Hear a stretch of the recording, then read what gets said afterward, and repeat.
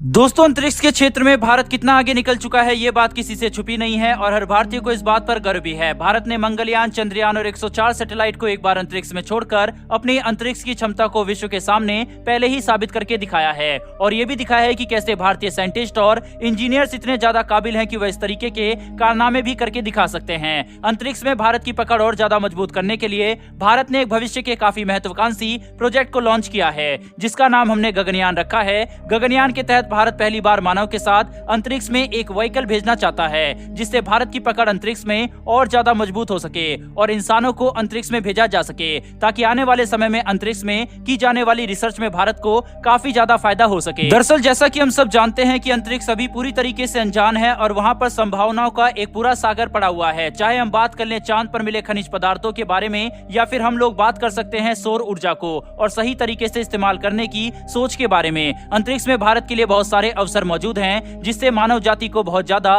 फायदा हो सकता है। वहीं अंतरिक्ष में भारत की कामयाबी देखकर वैसे ही विश्व में भारत के दुश्मन जल रहे थे और उनकी हलक से पानी भी नीचे नहीं उतर रहा था। तभी भारत ने उन्हें ऐसा झटका दे दिया जिसके बारे में सुनकर ही भारत के दुश्मनों के रोंगटे खड़े हो गए और वह ये सोच नहीं पा रहे कि क्या भारत ऐसा कर सकता है, और अगर भारत ने ऐसा कर लिया तो वह भारत के सामने कहीं भी नहीं ठहर पाएंगे। दरअसल दोस्तों, भारत ने ये ऐलान किया है कि अब हम एक कदम और आगे बढ़ा रहे हैं और हमारे अंतरिक्ष की क्षमताओं में बहुत बड़ा इजाफा करने वाले हैं। भारत ने खुलकर विश्व के सामने ये कह दिया है कि हम आने वाले समय में लो अर्थ ऑर्बिट में स्पेस टूरिज्म के लिए क्षमताओं का विकास कर रहे हैं, जिसमें भारत बहुत जल्द ही सफलता प्राप्त करने वाला है। और भारत का यह भी कहना है कि स्पेस टूरिज्म की क्षमताओं को विकसित करने के लिए भारत केवल सरकारी रूप से ही काम नहीं करेगा, बल्कि भारत की अच्छी और उन्नत स्पेस स्टार्टअप प्राइवेट कंपनीज को भी इसके तहत आमंत्रित करने वाला है, जिससे भारत का ये प्रोग्राम जल्दी से जल्दी आगे बढ़े और सफलता की दर बढ़ जाए। ऐसा भी नहीं है कि भारत अंतरिक्ष के क्षेत्र में केवल अकेले ही आगे बढ़ रहा है, बल्कि आपको ये बात जानकर थोड़ी हैरानी हो सकती है कि अंतरिक्ष के क्षेत्र में अंतर्राष्ट्रीय सहयोग के मामले में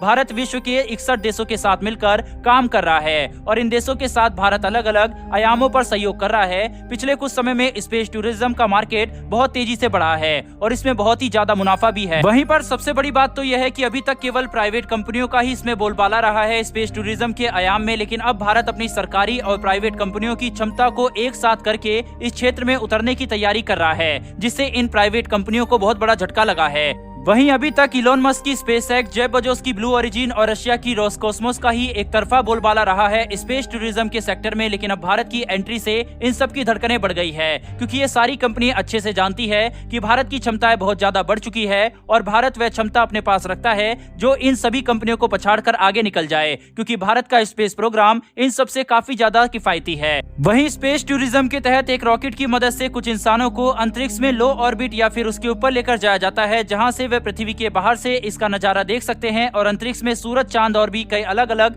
तरीके की चीजों का आनंद उठा सकते हैं। इस दौरान जो नजारा होता है वो बहुत ही ज्यादा भव्य और शब्दों से ना बयां किया जा सके ऐसा होता है। फिलहाल के लिए स्पेस टूरिज्म आम इंसानों के बस की बात नहीं है, इसीलिए इसे केवल बहुत ही ज्यादा अमीर लोग ही अफोर्ड कर सकते हैं, क्योंकि अंतरिक्ष में जाने की, विमान में बैठने की एक सीट करोड़ों में आती है और यहाँ पर हम लोग 1 या 2 करोड़ की बात नहीं कर रहे, बल्कि 100 करोड़ या फिर 300-400 करोड़ तक की भी कीमत चली जाती है। इसका मतलब यह है कि कोई भी आम इंसान ऐसा नहीं कर सकता। जो लोग स्पेस टूरिज्म करते हैं वो बहुत ही ज्यादा अमीर होते हैं,